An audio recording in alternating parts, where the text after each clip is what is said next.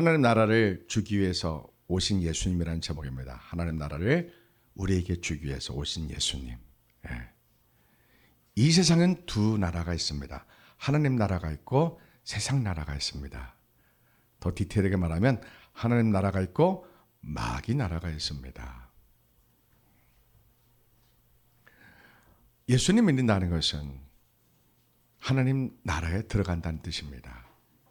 지금까지는 마귀 나라에 살았던 사람이, 세상 나라에 속했던 사람이 자기도 모르고 그렇게 살다가 예수님 복음을 들으니까 내가 지금 지옥 가는 마귀의 나라에 살고 있었구나. 이것을 깨닫고 내가 하나님께 나가 회개하며 예수를 믿음으로 하나님 우리에게 믿음 주시고 거듭남을 주셔서 하나님 나라로 우리를 완전히 국적을 바꾸는 겁니다. 뭐를 바꾼다고요? 국적을 세상 나라에서 하나님 나라로 국적을 완전히 바꾸는 겁니다. 시민권을 바꾸는 거예요. 국적과 시민권을 바꾸는 거예요. 세상 나라에서 하나님 나라로 바꿉니다. 그러면 삶의 방식이 똑같을까요? 틀릴까요? 완전히 다릅니다. 북한에서 탈북했던 분들이 남한에 오면 삶의 방식이 완전히 다릅니다. 탈북한 분들이 남한에 오면 자본주의 경제 구조가 만만치 않지만 그러나 긍정적인 사람들에게는, 열정인 사람들에게는 대한민국을 천국이라고 말합니다. 왜? 그들은 자유가 없었고 열심히 일을 해도 소득이 자기 것이 되지 않고 제한되고 언론 출판에 자유가 없고 하나님을 예배하는 자유가 없잖아요. 하나님을 예배하고 성경책을 읽으면 붙들려 감옥 가고 죽습니다. 그런 나라에 살다가 대한민국에 와서 마음껏 하나님을 찬양하면 이곳이 천국 같다고 합니다. 그렇게 삶의 방식이 완전히 다릅니다. 그들은 그래서 목숨 걸고 탈북해서 대한민국에 옵니다. 중국에서 라오스에서 태국으로 해서 이렇게 해서 그들이 목숨 걸고 걸어서 보통 1년 정도 걸려서 죽을 고비를 넘기고 대한민국에 옵니다. 그러면 삶의 방식이 완전히 다릅니다. 똑같습니다. 영적으로요. 우리가 이 세상 나라에 살았던 사람이 하나님 나라로 바뀌어지면 삶을 살아가는 방식이 완전히 다릅니다. 세상 나라에서는 돈, 명예, 권력, 성공제일주의, 배금주의, 황금만능주의를 살아갑니다. 성공제일주의죠. 이 세상은 또 외모지상주의, 명품지상주의 이렇게 살아갑니다. 그러나 그 사람이 예수님을 믿으면 삶의 목적과 가치가 하나님 나라의 사람으로 완전히 바뀝니다. 하나님께 영광을 돌리는 것, 하나님께 우리 주님 오실 날을 기다리면서 금멸려가는 주님께 드리려고 내 모든 삶, 내 모든 믿음, 내 모든 것이 예수님 구름 타고 오실 때 내가 주님께 들림받고 주님께 나의 금멸려가는 주님께 드리고 싶어서 살아가는 게 우리의 삶의 목적과 가치입니다. 여러분, 이 세상 사람과 우리는 물과 기름입니다. 근데 문제는 뭐가 문제예요? 교회 다니는데 여전히 세상 세계관으로 하는 것이 문제라는 거예요. 그러니까 믿음 곧 뭐예요? 마귀의 나라에서, 세상 나라에서 하는 나라로 확 바꾸는 걸 믿음을 갖게 된 동기에서 출발하는 거예요. 믿음을 갖게 된 기준에서요. 그러니까 믿음은 곧 다른 말로 루터는 뭐라고 그랬다고요? 거듭남. 루터 칼빈 웨슬리는 동일하게 믿음은 곧 뭐라고요? 거듭남. 다시 태어난다는 거예요. 성령님에 의해서요. 그런데 이거를 칼빈이즘이 이거를 왜곡합니다. 자기 입으로 예수를 믿으면 다 거듭났다고 하고 거듭난 걸 자기도 모른다고 합니다. 알 수 있지만 대부분 모른다. 그러면 종교적인 사람은 이 칼빈이즘의 구원론이 자기하고 딱 맞습니다. 그러면 대부분 그들의 생각은 내가 죽으면 천국 가 이렇게 생각합니다. 그러나 천국은 이미 여기서부터 임하는 겁니다. 죽어서 가는 게 아니고 천국이 예수를 믿는 순간 그 사람이 영적 국적이 바뀌는 겁니다. 하나님 나라의 사람으로요. 그러면 삶의 방식과 존재 방식이 완전히 그 순간부터 바뀌는 겁니다. 그러니까 칼빈이즘의 거듭남, 특히 헤르만 바빙크 체계에서 중생론 체계에서 거듭남을 심오하게 기록했는데 그럼 대부분 지식적인 거듭남, 교리적인 거듭남에 머뭅니다. 그러면 대부분 종교인이 됩니다. 여러분 상식적으로 생각해 보세요. 예수님을 믿고 내가 존재 방식이 달라져요. 삶의 방식이 달라져요. 완전히 달라지는 거예요. 조금은 달라진 게 아니에요. 완전히 달라지는 게 그걸 믿음이라고 하는 거예요. 근데 한국교회 이 믿음을 잘못 가르쳐 왔어요. 저도 어릴 때부터 고신측에서 칼빈이즘만 갖고 신앙생활 했는데 예수님 만나고 나서 보니까 야, 이거는 큰일 났다. 왜 칼빈이즘만 가르쳐줄까? 왜 진짜 정통 웨슬리 구원론은 굉장히 좋은데 한국의 웨슬리는 자유주의에 대해서 신협동설로 왜곡되었습니다. 서울 감신 수원협성 이런 데는 대부분 신협동설이에요. 하나님의 은혜에 인간이 자유제로 응답해서 선한 공로로 그래야지 구원을 한다. 이것이 신협동설인데 이거는 행위 구원론입니다. 근데 구원과 믿음은 누가 주시는 거예요? 하나님이 주시는 겁니다. 인간의 노력과 훈련으로 안 됩니다. 하나님이 주시는 겁니다. 어떻게 주세요? 그때마다 우리에게 은혜를 주십니다. 우리는 죄의 흑암 속에 있는데 하나님이 그때마다 우리에게 은혜 주셔. 이걸 칼빈 구원론에서는 부르심, 콜링이라 말하고 웨슬리 쪽에서는 선행하시는 은혜라고 이렇게 표현하면 거의 동일합니다. 거기에 반응하는 것은 우리가 순종일 뿐입니다. 우리의 의지로 순종하는 게 아닙니다. 우리가 그냥 하나님께 아브라함이 부르실 때 아브라함이 순종하잖아요. 우리가 하나님께 순종입니다. 그래서 우리가 하나님이 은혜에 보자 나가고 예수님을 알게 되는 것, 믿게 되는 것 다 성령님 역사하심입니다.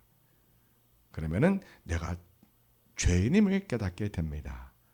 그래서 성경을 읽고 설교를 읽다 보면 내가 죄인이구나. 내가 살아가는 방식이 지옥 가는 세상 방식으로 살고 있구나. 이 사실을 실제로 알게 됩니다. 그러면은 사람들이 이 삶의 방식을 바꾸려고 하나님께 나와서 기도하게 됩니다. 하나님, 목사님 설교를 듣고 성경을 읽다 보니까 제가 세상적인 가치관으로 인생을 살고 있었네요. 교회 다녔지만 이건 순종교인이었네요. 이걸 깨닫게 됩니다. 예수님 믿는다는 것은 곧 거듭남을 의미한다고 하는데 제가 한 소리 아니고 예수님이 한 소리입니다. 요한복음 3장에서 니고데모에게 사람은 두 번 태어난다. 한 번은 어머니 모태로 태어나고 두 번은 성령에서 태어난다 말합니다. 예수님께 말씀하신 것은 뭡니까? 성령 다시 태어나면 국적이 바뀌는 겁니다. 율법에 의해서 마귀의 자녀였던 예수님이 너희들은 거짓의 아비의 자녀들이다. 마귀의 자녀라는 뜻입니다. 예수님 그렇게 말씀하셨어요. 율법 가지고는 구원을 못 얻는 거예요. 율법을 종교화했습니다. 예수님 당시에요. 율법이 종교화되고 613개 율법에는 모든 것이 613개 율법, 십계명을 포함한 613개 율법은 누구를 가리키고 있어요? 오실 메시아를 가리키고 있습니다. 율법은요. 특히 어디에서요? 성전 제사, 레위기 율법에서는 대부분 예수님의 십자가의 그 내용을 다 담고 있는 겁니다. 그런데 이 성경을 거짓 교사한테 배우면은 오늘날 신천지한테 배우면 이상하게 되는 것처럼 거짓 교사한테 성경을 잘못 배우면은 예수님을 못 알아보는 일이 생깁니다. 예수님 당시에 다 그랬습니다. 그래서 예수님이 무슨 말씀합니까? 회개하라. 회개하라. 자, 세례 요한의 사역은 뭡니까? 예수님이 메시아 오시기를 준비하는 겁니다. 무지하게 덥네요. 왜 이렇게 더워요? 네. 괜찮습니다. 이거 벗으면 되니까. 오늘 짧게 끝내려고 합니다. 설교를 짧게 하고 싶습니다. 저는 세례 요한의 사역이 뭐라고요? 메시아가 오시기를 준비하는 겁니다. 어디에서요? 광야에서. 이게 중요해요. 누가 그렇게 다 예언해 놨어요? 이사야 선지자가 예언해 놨고 말라기 선지자가 그렇게 예언해 놨습니다. 구약성경 끝날 때 누구를 소개하면 끝나요? 세례 요한을 소개하면 끝납니다. 구약성경 말라기 마지막 부분이요. 이사야 말씀은 무슨 말씀이에요? 예수님의 오심과 예수님의 고난과 부활, 그리고 세례 요한, 예수님을 준비하는 세례 요한에 대해서 이사야 선지자가 쫙 말합니다. 그래서 이사야가 먼저 와서 외칩니다. 회개하라, 천국이 가까워 왔느니라 합니다. 그건 천국과 하나님 나라가 무슨 차이가 있어요? 제가 모 대학에서 성경을 강의할 때 어떤 여학생 전도사님이 물어요. 천국과 하나님 나라가 무슨 차이가 있습니까? 어떻게 다릅니까? 물어요. 왜 제가 그랬어요? 천국은 한자고 하나님 나라는 한글입니다. 무슨 뜻이에요? 같은 뜻이에요. 천국과 하나님 나라. 자, 잘 들어보세요. 회개하라, 천국이 가까이 왔느니라. 회개하라, 하나님 나라가 가까이 왔느니라. 같은 뜻입니다. 천국, 하나님 나라 같은 뜻이에요. 또는 하늘나라 다 같은 뜻입니다. 예. 이제 그 마태복음 이제 3장 2절에 보면 세례 요한이 외치죠. 회개하라, 천국이 가까이 왔느니라 이렇게 하죠. 하나님 나라에 들어가려면 조건이 있다는 거예요. 천국에 임하려면 조건이 있다는 거예요. 뭐예요? 회개라는 조건이 필요하다는 거예요. 회개는 뭐예요? 도덕적인 죄를 고백하는 거는 그거는 가장 낮은 단계의 회개고, 회개의 근본 이유가 뭐예요? 뜻이 뭐예요? 턴. 화살이 관역으로 가는데 화살이 이쪽으로 가는 거예요. 그럼 다시 턴해가지고 관역으로 가는 것을 헬라어로 메타노이아 회개하다. 구약어는 슈브가 뭐라 했어요? 돌아서다. 야곱이 20년 동안 외삼촌 아버지 집에서 일하고 있다. 하나님이 20년 만에 나타나서 슈브하라, 돌아가라. 어딜 돌아가라? 너희 할아버지에게 내가 언약해준 그곳으로 돌아가라. 그래서 야곱이 돌아가는 것, 그것이 회개입니다. 하나님이 세례 요한을 이사야에서 외치면서, 말라기에서 외치면서 아버지께로 자녀들이 돌아간다고 하잖아요. 그 모든 것을 하나님께 돌아간다고 말라기에서는 말하거든요. 회개하라. 지금 세례 요한이 무엇에서 회개하라는 거예요? 거짓된 종교에서, 거짓된 종교 지도자들이 가르친 율법주의에서 돌아서서 메시아께로 돌아가라. 곧 오실 메시아를 기다리고 곧 오실 메시아가 구원을 줄 것이다. 곧 오실 메시아가 천국을 너희들에게 가져올 것이다. 곧 오실 메시아가 하나님 나라를 너희들에게 줄 것이다. 그 뜻인 겁니다. 우리는 이 감이 잘 안 와요. 이방인들은 천국에 가는 이 천국을 유대인이 생각하는 건 좀 다릅니다. 네. 회개하라, 천국이 갖고 아니라 하나님 나라가 임한다 이거예요. 유대인들은 율법주의 있었지만 그들은 아브라함의 영적인 DNA가 흘러옵니다. 그들의 로망은 뭐예요? 하나님 나라가 임하는 겁니다. 유대인들이요. 그래서 성경 읽다 보면 이상하잖아요. 세례 요한이 회개하라 하는데 천국에 간다고 외쳤는데, 광야에서 외쳤는데 수많은 유대인들이 요단강 가서 회개하고 침례받는데 이게 이해가 안 되잖아요. 왜 그러냐면 유대인들은 하나님 나라를 다 마음에 품고 있었습니다. 천국을 마음에 품고 있었습니다. 그래서 세례 요한이 그 모든 유대인들이 소망하는 하나님 나라가 임할 것이다, 이 말에 그들은 열광하는 겁니다. 그렇게 기다렸거든요. 조건이 뭐예요? 회개하라 이겁니다. 회개하라. 세상에서 돌아서서 하나님께 돌아오라. 죄에서 죄를 끊고 하나님께로 돌아오라. 세상 가치관에서, 세상 습관에서 돌아서서 하나님의 원하시는 거룩함으로 돌아오라. 이거 하나님께 돌아오라 이거예요. 메시아 곧 오실 텐데 너희들이 지금 회개하고 하나님 나라에 들어가야 된다 이겁니다. 그러니까 예루살렘과 유대인 이스라엘 백성들이 그 말을 듣자 그들은 감격하고 은혜가 돼서 요단강에 와서 다 침례를 받고 이제 하나님 나라에 들어가겠다고 그렇게 오는 겁니다. 예. 그들과 세례 요한은 또 생각이 좀 다르죠. 세례 요한은 회개하라, 천국에 가느라. 누가 무슨 뜻이에요? 회개하라, 메시아가 오셔서 하나님 나라를 너희들에게 줄 것이다 이 뜻인데, 유대인들은 그렇게 생각할 수도 있겠지만 대부분 그들이 로망했던 하나님 나라를 그들은 사모해서 요단강에 오게 된 거죠. 근데 그게 우리하고 참 비슷합니다. 하나님 나라에 가려면 반드시 뭐를 해야 돼요? 회개해야 됩니다. 그래서 예수님이 이제 마태복음 3장은 세례 요한이 회개하라, 천국에 가까이니라, 하나님 나라에 가까이 왔니라 이렇게 소개하고, 마태복음 4장에서는 예수님이 갑자기 마귀에게 시험 받습니다. 마태복음 3장, 4장, 5, 6, 7장 산상수훈 이 배열이 참 중요합니다. 성령님은 천재십니다. 말씀을 구성할 때 빅픽처를 감춰놓으십니다. 우리에게 어떤 뉘앙스를 문장 속에 숨겨놓습니다. 이 배열을 통해서요. 성경을 읽을 때는 두 가지를 읽으면, 첫째는 그냥 눈에 보이는 문장만 읽어냅니다. 근데 이것이 100독 이상 읽게 되면 문장과 문장 사이에 하나님의 메시지가 숨어 있습니다. 뭘 통해서요? 배열을 통해서요. 그러면 마태복음 3장, 4장, 5장 이 배열이 하나님의 성령님의 의도가 있습니다. 3장과 5장에는 3장에서 세례요한이 회개하라 천국에 가까이 이렇게 외치고, 그리고 4장 17절에는 예수님이 그걸 받아서 회개하라 천국이 가까이 왔다 또 외칩니다. 예수님이요. 3장 2절에서 세례요한이 회개하라 천국이 가까이 아니라, 또 4장 10절은 예수님이 회개하라 천국이 가까이, 같은 말씀이 나옵니다. 이 가운데 뭐가 있을까요? 세상에 마귀가 예수님을 시험하는 말씀이 나옵니다.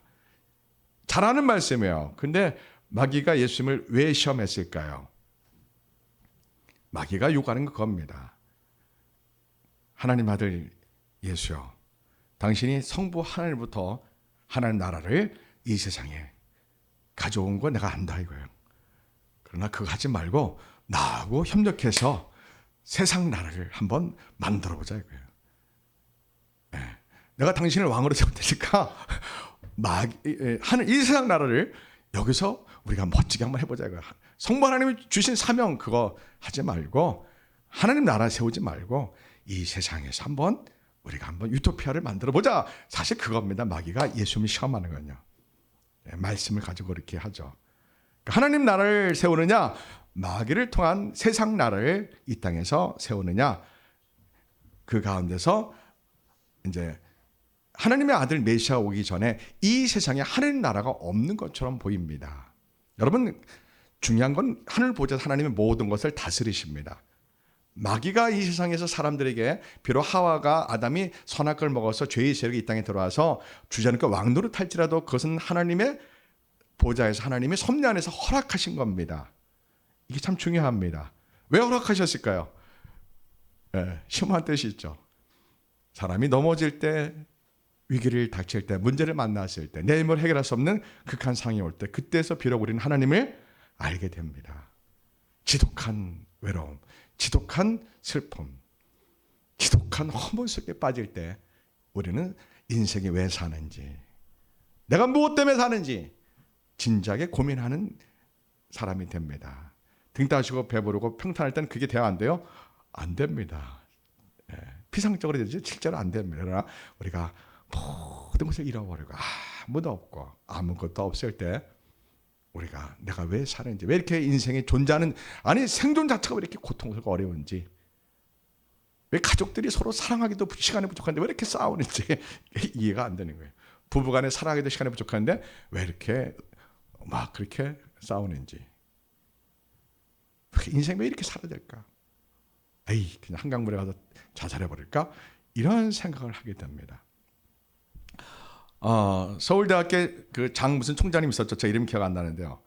서울대학교에 장 무슨 총장님 있는데, 한번 찾아보세요. 서울대학교 장 무슨 총장님인데 그분이 머리가 너무 좋았어요. 인생을 왜 살까? 고등학교 때부터 인생을 왜 살까? 어차피 먹고 결혼하고 늙으면 죽을 텐데 뭐 이렇게 오래 고통하며 살면 왜 살까?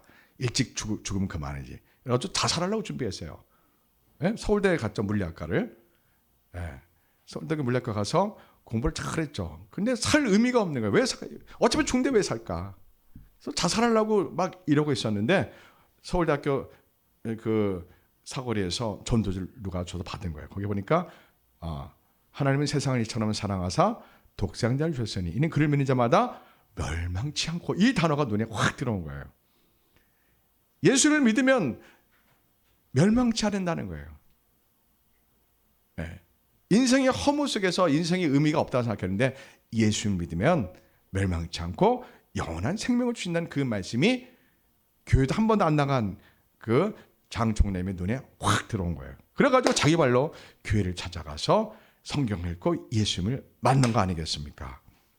미국으로 이제 매사추세츠 대학인가 유학 가서 원자로 박사 받고 서울대 총장이 되어서 이분은 모든 사람에게 복음을 전합니다. 예수님을 전합니다. 왜요? 예수님을 알고 진짜 만났기 때문에 그가 늘 자살하려고 정말 자살하려고 그렇게 준비하고 있다가 예수님을 만나서 그가 삶의 방식이 바뀌고 존재 방식이 바뀐 겁니다. 세상 나라에서 하나님 나라로 옮겨진 겁니다. 누굴 믿을 때 그렇게 일어나요? 예수님 믿을 때. 그러니까 예수 믿는다는 게 단지 빌리브 이 정도는 이 차원이 안 생기는 거예요. 예수 믿는다는 곧 뭐예요? 나의 왕, 나의 주님. 완전히 존재 방식이 확 바뀌는 겁니다. 생각하는 방식이 완전히 바뀝니다. 말하는 방식이 완전히 바뀝니다. 세상 사람과는 완전히 다릅니다. 그것이 크리스찬입니다. 그래서 그분이 거듭나서 평생을 예수님 복음을 전하는 정말 과학자요, 전도자가 되고 서울대학교 총장이 되고 참 훌륭한 분입니다. 그런 분이 가끔은 있습니다. 등타시 옆에 불러도 오직 예수님. 왜요? 말씀을 정확히 알고 읽으면, 그래서 예수님 만나면 이 세상의 부귀영화가 오히려 당연 별로 기쁨이 안 되는 거예요. 이 세상 부귀영화가 행복의 조건이 아닌 거예요. 우리 행복은 어디에 있어요? 하나님 안에 있습니다. 우리는 예수님 안에서 행복을 찾는 존재입니다.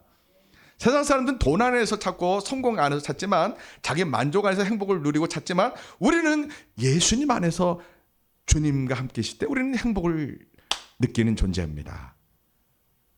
자, 하나님 나라가, 예수님 믿으면 하나님 나라로 여러분이 들어갑니다. 예수님 믿으면 여러분이 이 땅에서부터 천국으로 들어간다는 뜻입니다. 그러니까 잘 생각해 보세요. 죽어서 천국 가는 것이 아니라 예수님 믿는 순간 하나님 나라에 내가 들어가는 겁니다. 예수님 믿는 순간 이 땅에서부터 천국에 들어가고 살다가 죽으면 천국 그대로 가는 거지, 내가 죽어서 가는 게 천국이 아닙니다. 한국 그게 성도들이 많이 오해합니다. 예수님 믿는 순간 난 이미 하나님 나라에 들어갑니다. 천국에 이미 이 땅에서부터 들어갑니다. 이걸 쉽게 이해하려면 이겁니다. 예수님 믿는 순간 내가 살아가는 방식을 어떻게 바꾸는 거냐면, 그동안 내 방식으로 살고 세상 방식으로 살았는데 예수님 믿는 순간 나는 하나님의 통치 속에 내 인생을 맡겨드리는 겁니다. 하나님의 다스림 속에 내 인생과 내 가족을 그대로 맡겨드려서 하나님의 다스림을 받는 게 믿음이라는 겁니다. 내 일상생활에서 예수님의 다스림을 받는 겁니다. 아무리 사소한 것이라도 예수님의 다스림 속에 내 인생이 살아가는 겁니다. 베드로가 예수님 만나자 뭐를 버려요? 배와 그물을 버립니다. 왜요? 여태까지 내가 내 방식으로 갈릴리 호수 가서 고기 잡고 인생을 살았는데, 예수님 만나고 나니까, 예수님 나를 부르시니까 삶의 방식을 바꿉니다. 세상 방식 배와 그물을 버려두고 내 인생에 먹고 사는 것조차도, 내 생명조차도 예수님의 다스림을 받는 걸로 다 내드립니다. 자신의 삶을, 자신의 가족도 다, 재정도 다 예수님께 맡깁니다. 다른 말로 하면 하나님 나라에 들어가서 하나님의 통치를 받는 겁니다. 이걸 믿음, 이것이 삶의 방식, 존재 방식을 바꾼 겁니다. 베드로가 존재 방식을, 삶의 방식을 바꾼 겁니다. 그걸 믿음이라고, 그것을 크리스찬을 말하고, 그것을 예수님의 제자라고 말하는 겁니다. 그러니까 여러분 가만히 생각해보세요. 여러분들이 예수님의 제자입니까? 크리스찬입니까? 하나님께 통치를 받고 살고 있습니까? 일상생활 속에서 예수님이 나를 다스려주고 나를 인도하신 것을 늘 느끼며 살아갑니까? 이게 우리의 문제가 되는 거예요. 네. 예수님의 음성을 들어야지 예수님의 통치 속에 내가 살아가는 걸 알 수 있는 거 아니에요. 하나님이 나를 다스려주는 걸 여러분 어떻게 알 수가 있어요? 근데 이거 알 수가 있다고. 어떻게 해요? 정말 내가 예수님을 인격적으로 만날 때 성령님은 나를 인도하십니다. 하나님의 음성이 내 마음으로 정말 들립니다. 하나님 말씀, 이 성경 말씀이 내 삶의 나침판입니다. 내 삶의 내비게이션입니다. 우리 인생이 왜 두려움이 있습니까? 우리 인생은 뭐가 없어요? 리허설이 없습니다. 연습이 없습니다. 우리 인생은요. 우리 인생은 한 번입니다. 한 번. 그래서 시행착오를 하면 안 좋아요. 이게 시행착오 하면 너무 속상하고 아깝고 상처가 커요. 우리 인생은 단 한 번뿐입니다. 연습이 없어요. 리허설이 없어요.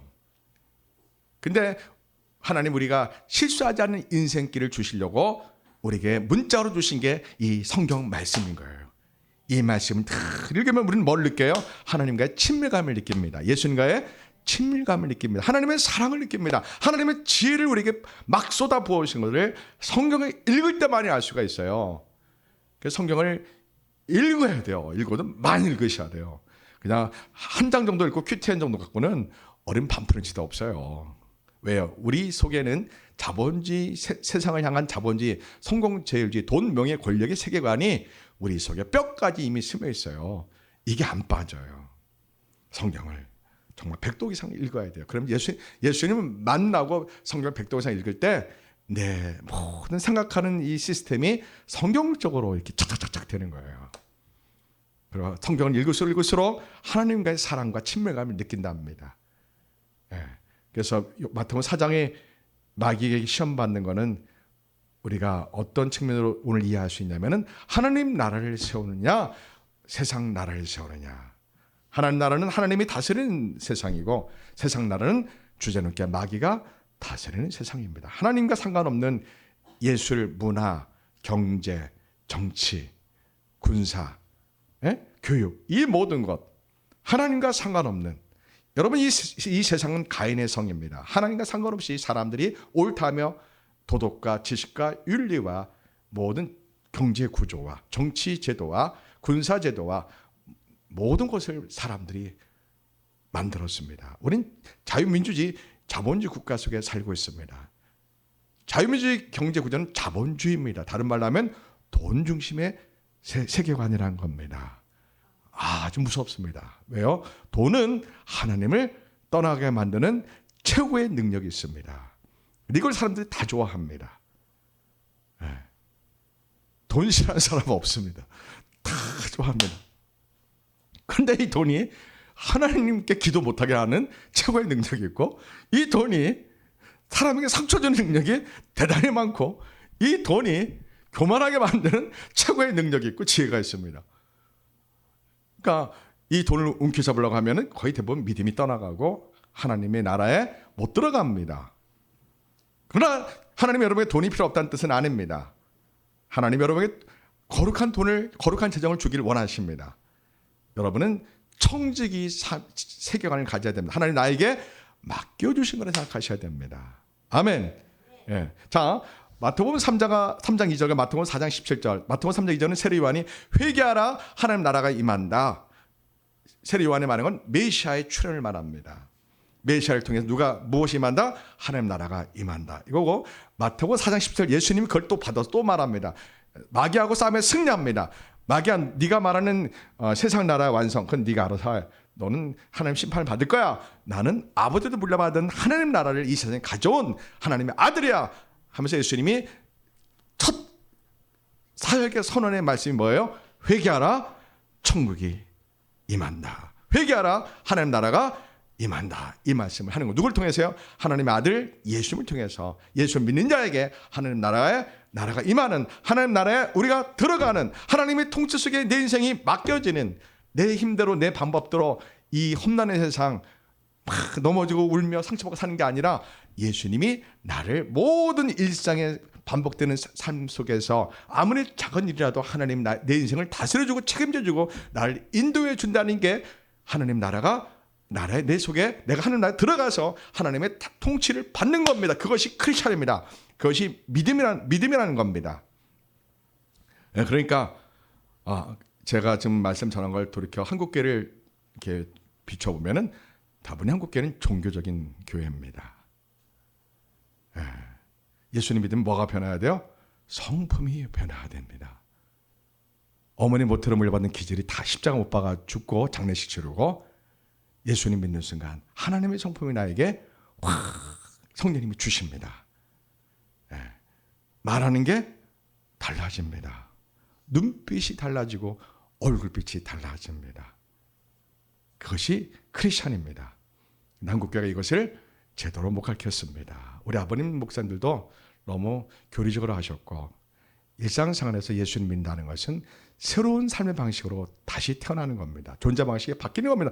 여러분, 새로 태어나는 거예요. 성령님 안에서 영적으로 다시 정말 탄생하는 거예요. 하나님의 형상을 가지고 온전히 회복되어서 하나님이 그렇게 역사하시는 거예요. 그걸 믿음이라고, 그걸 거듭나며 하는 겁니다. 아멘. 그러면 세상이 살만합니다. 행복합니다. 자, 그러면 그렇게 예수님을 믿음으로 거듭나서 하나님 나라가 나에게 임해서 내가 하나님 나라에 들어가서 하나님의 다스림 속에 내 인생이 이제 새롭게 출발하는 거예요. 하나님이 책임져주는 인생이 되는 거예요. 내 인생의 행복은 오직 하나님 안에서만 있는 거예요. 내 인생의 행복은 예수님 안에서만 있는 거예요. 그러니까 예배할 때 가장 행복하고 말씀 볼 때 가장 행복하고 예수님과 기도할 때 얼마나 행복한지 모르는 거예요. 기도가 종교적 부담이 안 되고 기도가 하나님을 만나고 예수님 만나는 가장 행복한 순간이 되는 겁니다. 기도할 때 하나님은 우리에게 비밀을 알려주고 하나님이 나에게 사랑을 부어주고 세상에 어떤 일을 당해도 환난과 고난을 당해도 능히 이겨내는 능력을 나에게 주신 것을 확인하게 되는 겁니다. 기도함으로요. 아멘. 그러면 그렇게 하나님 나라가 임했다. 다시 말로 뭐예요? 하나님 통치에 내 인생이 놓여졌다. 하나님 나를 다스리신다. 그게 크리스찬입니다. 여러분을 누가 다스려요? 하나님이 다스리는 사람들입니다. 하나님 여러분을 일일이 다 통치하시고 다스려주고 여러분의 인생을 하나님이 다 간섭하고 하나님 여러분의 왕이 되시고 여러분의 주인 되시는 겁니다. 그래서 우리가 주여하는 겁니다. 나의 왕, 나의 주님, 나의 예수님. 눈에 보이지 않지만 내 인생을 다스려 주십니다. 어떤 사람이 하나님 다스려줘요? 하나님 나라에 들어간 사람만, 예수님 나라에 들어간 사람만 예수님이 책임져 주는 겁니다. 어떻게 들어가요? 거듭남으로, 회개하고 거듭남으로. 그것이 믿음입니다. 내 인생의 모든 것을 하나님 통치, 하나님 다스림, 하나님 손에 다 드리는 겁니다. 그래서 베드로가 예수님이 부르실 때 삶의 방식을 바꾼 겁니다. 배와 그물을 다 버려두고 예수님의 다스림에 자신의 인생을 베드로 자기뿐만 아니라 자기 부인, 자녀, 장모님까지 전부 다. 예.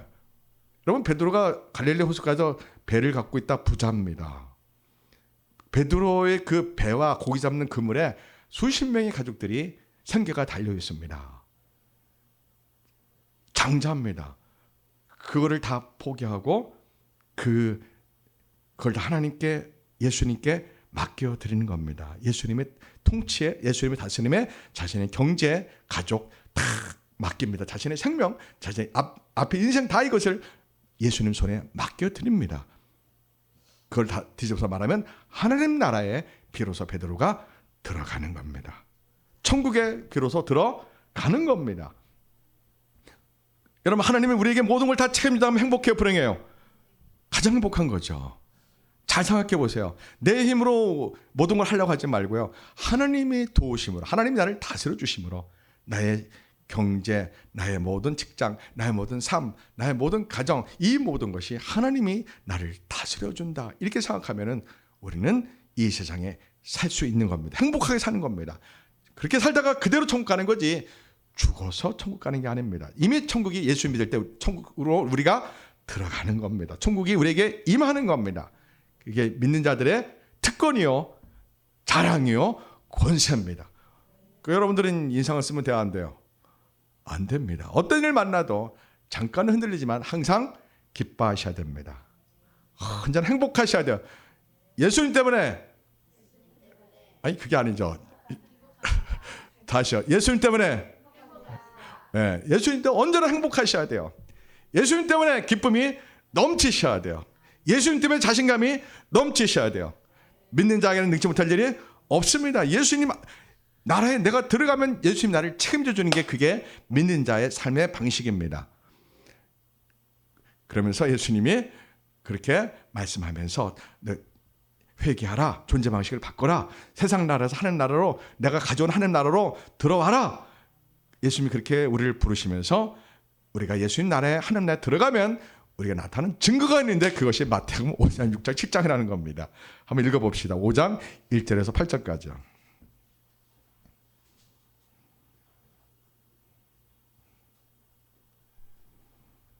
제5장 기뻐하고 내가 너희에게 이르노니 제5장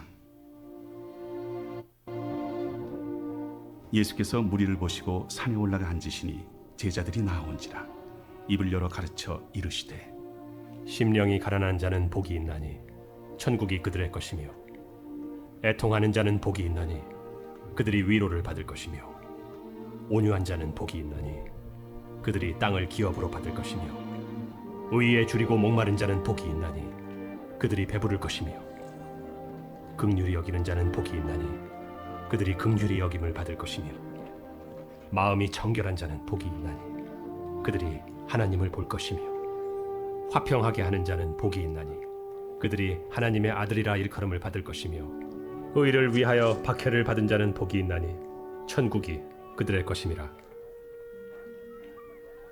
나로 말미암아 너희를 욕하고 박해하고 거짓으로 너희를 거슬러 모든 악한 말을 할 때는 너희에게 복이 있나니 기뻐하고 즐거워하라. 하늘에서 너희의 상이 큼이라. 너희 전에 있던 선지자들도 이같이 박해하였느니라. 예.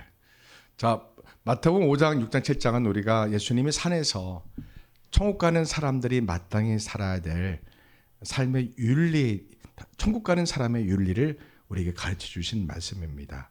산에서 가르쳐 주셨다 해서 산상수훈, 산상설교 이렇게 우리가 말합니다. 마태복음 5장, 7장을 압축해서 우리가 팔복이라고 합니다. 5장 1절에서 10절까지입니다. 하나님 나라에 들어간 사람, 하나님의 다스림을 받는 사람, 바로 예수님의 제자요 크리스찬들은 증거가 팔복입니다. 네. 그러니까 회개하라, 하나님 나라가 임할 것이다. 회개하라, 천국이 임할 것이다. 다시 말해서 회개하라, 삶의 방식을 바꿔라 이거예요. 내 힘으로 바꿔 못 바꿔요? 못 바꿉니다. 내 힘으로는 한계가 있습니다. 예수님을 믿어야 됩니다. 이 믿는다는 게 believe, trust 이런 정도가 아니고 성령님에 의해서 내가 다시 태어나는 겁니다. 요한복음 3장 예수님이 2번 태어난다고 말씀하신 그거를 말합니다. 사람이 육체로 태어났으면 영적으로도 성령에서 탄생되어야 됩니다. 새롭게요. 그래서 우리가 하나님 나라가 이미 예수님 믿는 그 순간에 내 영적 국적이 바뀌는 거예요. 마귀의 나라에서 하나님 나라로 바뀝니다. 눈에 보이는 것에서는 세상 나라에서 눈에 보이지 않는 하나님 나라로 내가 딱 바뀌는 겁니다. 그것이 회개하라입니다. 그래야지 하나님 나라가 그 사람에게 임합니다. 천국이 임합니다. 하나님 나라 속에 내가 들어간다는 뜻입니다. 하나님의 통치 속에 내가 내 인생이 놓여지는 겁니다. 하나님의 백성이 된다는 겁니다. 예수님이 책임져주는 예수님의 제자가 된다는 겁니다. 이것이 지식적으로 충분히 여러분이 알지만 이것이 실제화되어야 됩니다. 내 인생에서 반복되는 시시콜콜한 일상의 삶 속에서 하나님이 나를 인도하시고 나와 동행하시고 예수님이 나를 다스려주는 것을 우리가 내 삶의 모든 곳에서 언제나 느끼시고 경험하셔야 됩니다. 그러면 우리에게 나타나는 특징이 뭡니까? 첫째는 하나님이 나에게 오셔서 주님이 나에게 오시기 때문에 은혜의 눈물이 하염없이 흐릅니다. 나 같은 죄인, 정말 이 약한 죄인을 예수님 십자가에서 피 흘리사 십자가에서 큰 손가발에 못 박히시고 사람이 가장 끔찍한 육신의 고통을 느끼는 게 십자가에서 못 박히신 그 모세에 의해서 몸무게가 지탱될 때 그 살이 근육이 찢어지는 아픔은 가장 끔찍한 고통이라고 합니다. 하나님의 아들이 사람의 모양, 죄인의 모양으로 오셔서 우리의 죄를 속죄하시려고 대속의 은혜 베푸셔서 우리를 하나님의 나라로 우리를 들어오게 하시려고 그러려고 예수님이 이 땅에 오신 겁니다. 물론 예수님 오신 날은 12월 25일 크리스마스 아닙니다. 그건 아닙니다. 그건 우리가 지금 정한 거고 예수님 오신 날은 아마도 봄에 오셨다고 봅니다. 봄절기에. 예. 예수님이 오실 때는 나팔절 때 오실 것 같아요. 예를 들어서 유대인 달력 7월 1일 날 그때 예수님이 오시지 않을까 이렇게 예상됩니다. 자, 그 예수님 오신 성탄절을 그날 예수님 오신 날은 아니지만 우리가 그날 예수님 오신 날로 성탄 크리스마스로 우리가 정하고 기념하는 겁니다. 예수님이 오늘 오신 날을 세 번째 강림절을 기념하면 제가 말씀을 전하고 있는 거예요. 예수님이 왜 오셨다고요? 우리에게 천국을 가지고 오신 거예요. 우리가 천국에 들어가도록 예수님이 오신 거예요. 죽어서 천국 가는 것이 아니라 이 땅에서 이미 천국 안에 우리를 들어오게 하시려고 예수님을 믿게 하시려고 온 거예요. 예수님은 천국을 가져오신 분이에요. 하나님 나라를 가져오신 분이에요. 이걸 다른 말로 하면 어떻게 된다고요? 하나님의 통치 속에 우리를 있게 하시려고 하는 거예요. 예수님의 다스림 속에 우리를 있게 하시려는 거예요. 그래서 주님 뭐라고 하는 거예요? 수고하고 하나님의 나라에 들어오지 못해서 세상 나라에서 수고하고 무거운 율법의 짐을 지고 있는 유대인들아, 이방인들에게는 하나님을 알지 못해서 이 세상의 우상의 무거운 짐을 지고 인생의 허무와 죄의 무거운 짐을 지고 슬픔과 고통과 상처의 무거운 짐을 지고 있는 이방인들아, 다 내게로 오라. 내가 너희들을 책임져 주겠다. 내가 너희들을 다스려 주겠다. 내가 너희들을 하나님 나라, 이 땅에서 하나님 나라가 임하게 해서 행복하게 해주겠다. 내가 책임져 주겠다. 너희들이 혼자 힘으로는 인생이 너무나 수고고 무거운 짐이 가득하다. 왜? 죄 때문에. 예수님이 우리를 오라는 거예요. 그게 믿음입니다. 내가 예수님 안에 들어가는 겁니다. 하나님 품 안에 우리가 들어가는 게 믿음입니다. 하나님의 다스림 속에 내 인생을 맡기고 들어가는 겁니다. 나의 인생의 모든 것을 하나님이 다스려 준다고 하는 것이 내가 예수님을 믿는다는 고백입니다. 그러니까 먼저 뭐가 조건이 필요해요? 회개하라. 이건 우리의 몫이에요.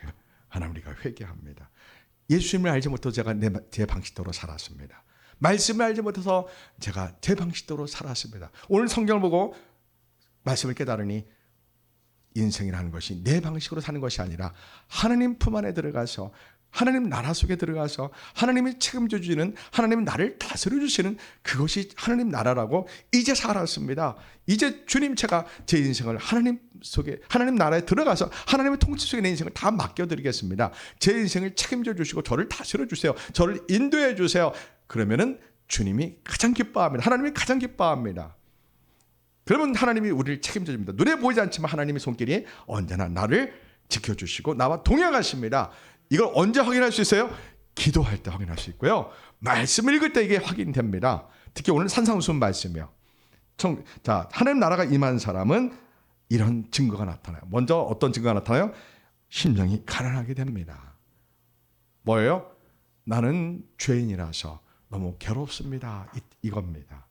난 너무 불완전한 죄인이라서 하나님 참 어리석고 너무 강팍하고 너무 악한 죄인입니다. 이것이 영적으로 가난한 자는 뜻입니다. 거꾸로 영적으로 부자는 뭐예요? 아, 나는 성경도 많이 알고 난 윤리적 도덕 죄도 안 짓고 나는 이 정도만 되면 믿음이 괜찮아지. 난 장로감이지. 나는 목사감. 이렇게 생각하는 게 영적으로 부자입니다. 예수님 만나지 않은 사람의 특징입니다. 예수님 만나지 않으면 이 정도 믿음이면 뭐 목사가 되겠지, 장로가 되겠지, 총회장이 되겠지. 이게 영적으로 부유한 자입니다. 그러나 영적으로 가난한 자, 심령이 가난한 자는 죄를 짓지 않아도 하나님의 거룩한 존재 앞에서 하나님, 저는 죄인입니다. 인간의 연약함에, 인간은 불완전해, 저는 하나님 너무나 연약한 죄인입니다. 이렇게 고백합니다. 그걸 누가 가장 기뻐해요? 하나님이 가장 기뻐한다. 왜요? 하나님이 가장 싫어하는 건 뭐예요? 사람이 인본주의를 세우고 하나님 없어도 살 수 있습니다. 하나님, 내가 얼마나 똑똑해, 내가 얼마나 돈이 많은데, 내가 얼마나 직장이 좋은데, 내가 얼마나 하나님 재력이 좋은, 능력이 많은데, 이것이 하나님 없이 산다는 사람입니다. 믿는 자의 불신앙 가운데 이 교만이 숨어 있습니다. 많은 능력 있는 크리스찬들 속에요.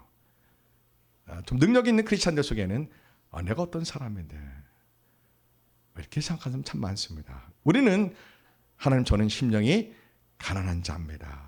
예수님 없으면 단 한순간도 살 수가 없습니다. 하나님, 저는 죄인입니다. 너무나 모순덩어리입니다. 저처럼 이렇게 모순덩어리가 어디 있을까? 저처럼 이렇게 엉터리가 어디 있을까? 이렇게 하나님 앞에 나와서 마음을 막 찢으며 세릴 기도가 가장 훌륭한 기도입니다. 저는 죄인입니다. 저를 불쌍히 여기셔서. 그러면 그런 사람에게 무엇이 임한다고요? 하나님 나라가 임한다는 겁니다. 그런 사람 하나님이 하나님 나라에 들어오게 해서 하나님이 책임져 준다는 겁니다. 예수님이 그 사람을 다스려 준다는 겁니다. 이것이 행복이라는 겁니다. 제가 분명히 알려드렸어요. 그러니까 하나님 나라가 임한 사람의 특징입니다. 첫째, 이게 끝이야. 이게 사실은요. 마태오 5장 7장 전체 끝이야. 이게. 두 번째 보세요. 제가 짧게 소개할게요. 두 번째 뭐예요? 애통하는 자는 복이 있나니 그들이 하나님의 위로를 받을 거다, 이 뜻이에요. 뭘 애통해요? 집에 갈 때는 예수님 믿지 않는 남편이 그냥 괴롭히는 거예요. 마음이 아프죠, 그죠? 이게 이 첫 번째 애통이 이거고요. 그리고 그 원수를 볼 때 또 불쌍하잖아요. 이게 두 번째 애통입니다. 예수님 믿기 때문에 우리가 슬픈 일을 많이 만나죠, 그죠? 그걸 애통하다는 뜻이에요. 그리고 죄인, 세상의 일들이 악함을 보고 우리가 또 애통히 여겨야 돼요. 저 나쁜 놈 잘 됐다 이러면 안 되고요. 우리가 애통히 여겨야 돼요. 이런 사람은 하나님의 위로를 받습니다. 자, 세 번째 뭡니까? 온유한 자는 복이 있습니다. 그들이 땅을 기업으로 받습니다. 예수님의 멍에의 대표가 뭐예요? 겸손과 온유. 예수님을 만나면 교만한 사람이 아니라 온유한 사람이 됩니다. 예수님 만나면 어떤 사람이 된다고요? 온유와 겸손의 멍에를 예수님이 주십니다. 온유와 겸손의 예수님의 멍에를 매면 기쁠까요? 짜증날까요? 기쁘죠. 이제 얼굴 볼 거야. 성도도 얼굴 볼 거야. 예수님의 온유를 짊어지면 겸손과 온유가 나에게 옵니다. 그러면 기쁨이 넘칩니다. 그러면 예수님 오실 때 그 사람에게 뭘 주겠다고? 하나님 나라를 주겠다. 이게 땅이 부동산이 아니고요. 하나님의 나라를 주겠다는 뜻입니다. 이걸 문자 그대로 온유한 자는 복이 있냐. 그들이 땅을 받을 것이다. 이렇게 해서 가면 문자적인 해석입니다. 물론 그럴 수도 있죠. 근데 이제 원래 뜻은 하나님의 나라를 상속받을 것이다. 주님이 오실 때 하나님 나라가 완성되거든요. 이제 우리가 예수님 믿고 하나님 나라에 들어가죠. 하나님 나라 시작. 천국의 시작. 예수님 구름 타고 오실 때 하나님 나라가 완성. 예수님과 함께 영원히 천국에 사는 거예요, 우리가. 세 번째 했고, 네 번째 뭐예요? 의의 줄과 목마른 자는 복이 있나니 그들이 배부를 것입니다. 이 의는 믿음으로 이렇게 된 이신칭의가 아니고요. 이 산상수훈의 말씀을 내가 지키고 싶은 목마름이에요. 얼마나 좋아요. 오리를 갈 때도 심리 가지고, 꽂아 할 때 다 꽂주고, 아니 내가 없어도 꽂어 꽂주고, 누가 달라갈 때 다 주고, 없어도 꽂어 빌려서 다 주고. 한번 해보세요. 누가 어려울 때, 하나님이 필요할 때 내가 없잖아요. 그럼 꽂어 하나님께 들어보기도 하고 또 어려운 이웃에 줘보기도 하는 거예요. 여러분, 내가 없어도 다른 사람이 꽂을 때 꽂어 꽂으면요 어떤 일이 생길까요? 어떤 일이 생길까요? 첫째, 기쁨이 차고 넘칩니다. 내가 없는데 꽂어 꽂주는 거예요. 그러면은 이 세상 방식과는 다르잖아요. 기쁨이, 하나님 주신 기쁨이 넘쳐나면 이게 우리가 살아가는 방식입니다. 세상은 내가 없는데 왜 꽂어 왔냐, 이게 너무하냐 막 이렇게 따지지만 우리는 그래 나도 내가 없지만 내가 꽂어 꽂줄게 이렇게 되는 겁니다. 할렐루야. 제가 신학대학원을 모건대학교 신학대학원 졸업하고 백설대학교 신학대학원도 졸업하고 제가 MD를 2개 했잖아요. 모건대 신학대학원 졸업할 때 제가 등록금이 좀 부족했어요. 어떤 여자 집사님이 이제 전도사님이 됐는데 그분한테 부탁을 했어요. 그분이 그래요. 여름 내내 수박을 한 번도 못 먹었대요. 그런데 박종훈 전사님이 졸업을 해야 되니까 내가 꽂어 꽂은대요. 아니 꽂어 꽂은 게 아니라 꽂어 준대요.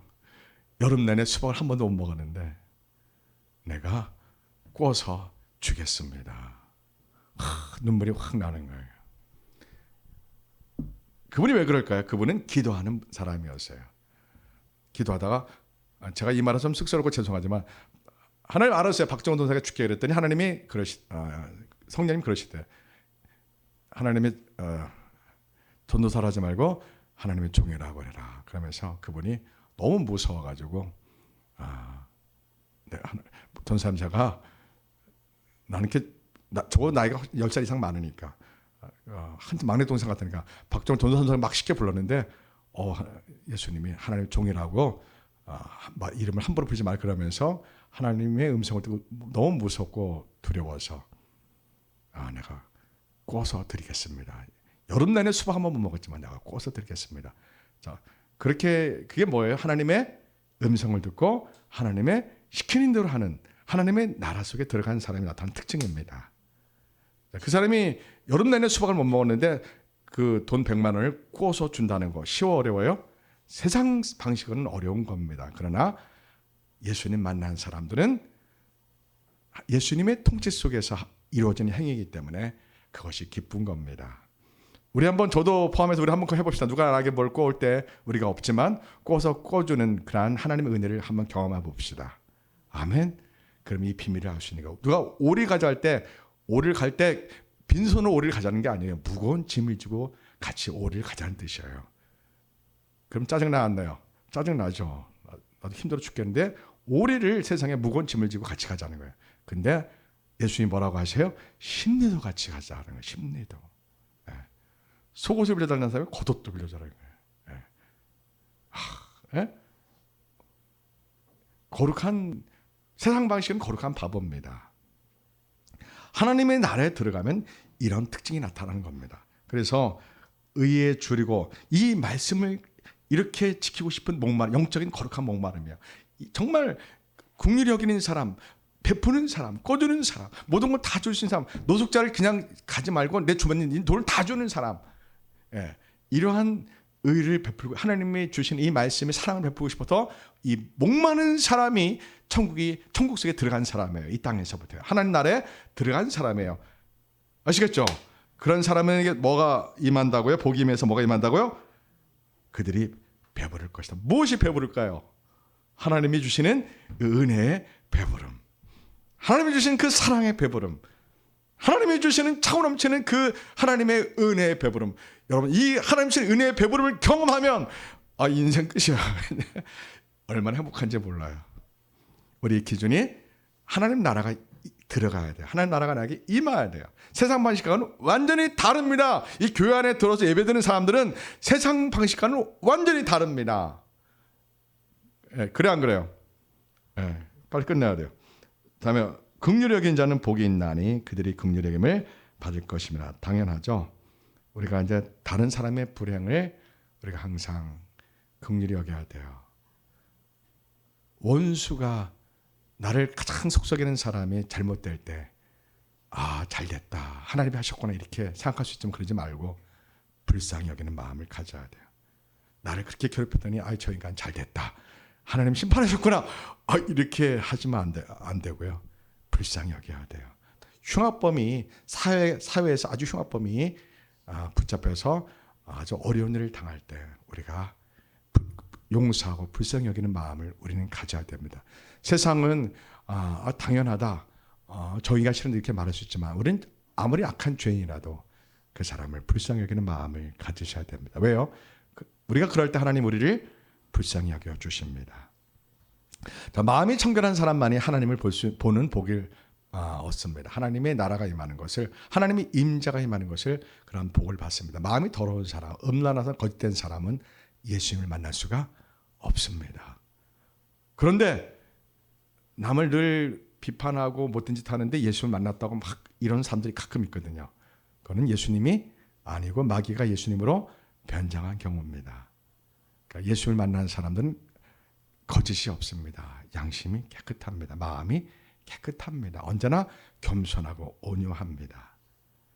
예수를 만났다고 간증하는 사람들, 우리는 마음이 깨끗한 삶을 열매를 봅니다. 그렇지 않은 경우에는 예수님이 아니고 귀신이 예수님으로 변장해 나타나는 현상입니다. 자, 화평해야 됩니다. 화평케 하는 자는 복이 있고 하나님의 자녀라고, 아들이라고 그렇게 부름받습니다. 이 세상은 작은 일로 인해서 사람들이 참 많이 갈등하고 싸웁니다. 가정에서부터 우리는 많이 참 갈등과 싸움이 있습니다. 예수님을 하나님 나라가 임한 사람은 이 모든 갈등과 아픔을, 갈등과 상처와 싸움을 우리가 다 용서하고 사랑하고 이해해주고 양보해야 됩니다. 사랑해야 됩니다. 우리가 가는 곳마다 화평이 일어나야 됩니다. 우리가 가는 곳마다 평화가 있어야 됩니다. 프란체스코 그 신부님처럼 주여 나를 평화의 도구로 써주소서. 우리가 언제나 평화를 주는 사람이 되어야 돼요. 가는 곳마다. 할렐루야. 자, 마지막으로 하나님의 의를 위하여 박해를 받는 사람이 되어야 됩니다. 그리고 예수님 때문에 이 복음 때문에 박해를 받는 사람이 되어야 됩니다. 뭡니까? 우리가 하나님의 나라에 들어가서 하나님의 통치를 받게 되면 영적 현상이 나타납니다. 하나님 나라에 들어가지 않는 가족이 나를 굉장히 싫어합니다. 영적인 특징입니다. 세상에 있는 사람들은 우리가 하나님의 나라에 들어가면 비록 부부일지라도, 부모와 자녀 관계일지라도 아주 이상하게 불편해하고 싫어합니다. 교회를 다녀도 마찬가지예요. 예수님 만난 성도가 있고 교회에 평생 다녀도 예수님 만나지 않은 사람이 있습니다. 영적으로 서로 코드가 안 맞는다고 말하는 게 그겁니다. 불편합니다. 그리고 불편한 걸 넘어서서 상대방이 나를 공격하고 모함하고 비판합니다. 특히 부부간에도 마찬가지예요. 하나님 나라에 들어간 사람, 세상 나라에 있는 사람. 그럼 세상 나라에 있는 사람이 우리를 굉장히 힘들게 하고 박해하고 합니다. 가족뿐만 아니라 직장에서, 세상에서 하나님 만난 사람들을 마귀의 사람들은 정확히 알기 때문에 굉장히 불편해할 뿐만 아니라 싫어하고 그리고 모함하고 우리를 박해하고 핍박을 줍니다. 그러나 걱정하지 마십시오. 예수님 구름 타고 오실 때 우리가 주님께 면류관을 드리고 주님 우리에게 또 면류관을 주십니다. 우리가 능히 이겨낼 수 있습니다. 하나님 나라가 여러분 임합니다. 실제 임합니다. 예수를 믿는 순간 하나님 나라가 여러분의 것이 됩니다. 천국이 여러분의 것이 됩니다. 마음의 천국뿐만 아니라 내 생활에 천국이 임해야 됩니다. 하나님이 여러분을 다스려준다는 뜻입니다. 하나님이 여러분을 하나님의 나라에 들어오게 하셔서 하나님이 여러분을 책임져주고 하나님이 여러분을 다스려줍니다. 이것이 믿음이라는 거고 예수를 믿는 순간 우리는 하나님 나라에 들어간다는 겁니다. 예수를 믿는 순간 하나님 천국에 우리가 이미 이 땅에서부터 들어간다는 겁니다. 하나님 나를 모든 내 인생을 다스려 준다는 겁니다. 이것이 우리의 특권이요, 우리의 권세입니다. 우리의 기쁨이요, 우리의 자랑입니다. 이것이 예수 믿는 자의 모습입니다. 기뻐요, 슬퍼요? 너무 기쁜 겁니다. 이것을 누가 우리에게서 뺏어갈 수 있단 말입니까? 아무도 못 뺏어갑니다. 여러분들은 이 세상에서 하나님 나라가 임한 사람들입니다. 세상에서 가정에서 승리하시기 바랍니다. 기도합니다. 예수님, 이 땅에 주님이 오실 때 세상 나라에서 우리가 인생의 허무와 슬픔과 생존의 고통으로 신음하는 우리에게 하나님 나라를 주시려고, 천국을 주시려고 이 땅에 오셨습니다. 그 성탄절을 우리가 기념하며 강림절 예배를 드립니다. 하나님, 우리의 예배를 받아주시고 오늘 예배자들에게 믿음이 곧 거듭나며 곧 하나님의 나라의 천국에 들어간다는 이 말씀을 붙들고 깊이 묵상하며 다시 신앙생활을 제대로 할 수 있도록, 진짜 하나님의 통치 속에 인생이 놓일 수 있도록, 축복의 인생이 될 수 있도록 하나님 역사하여 주옵소서.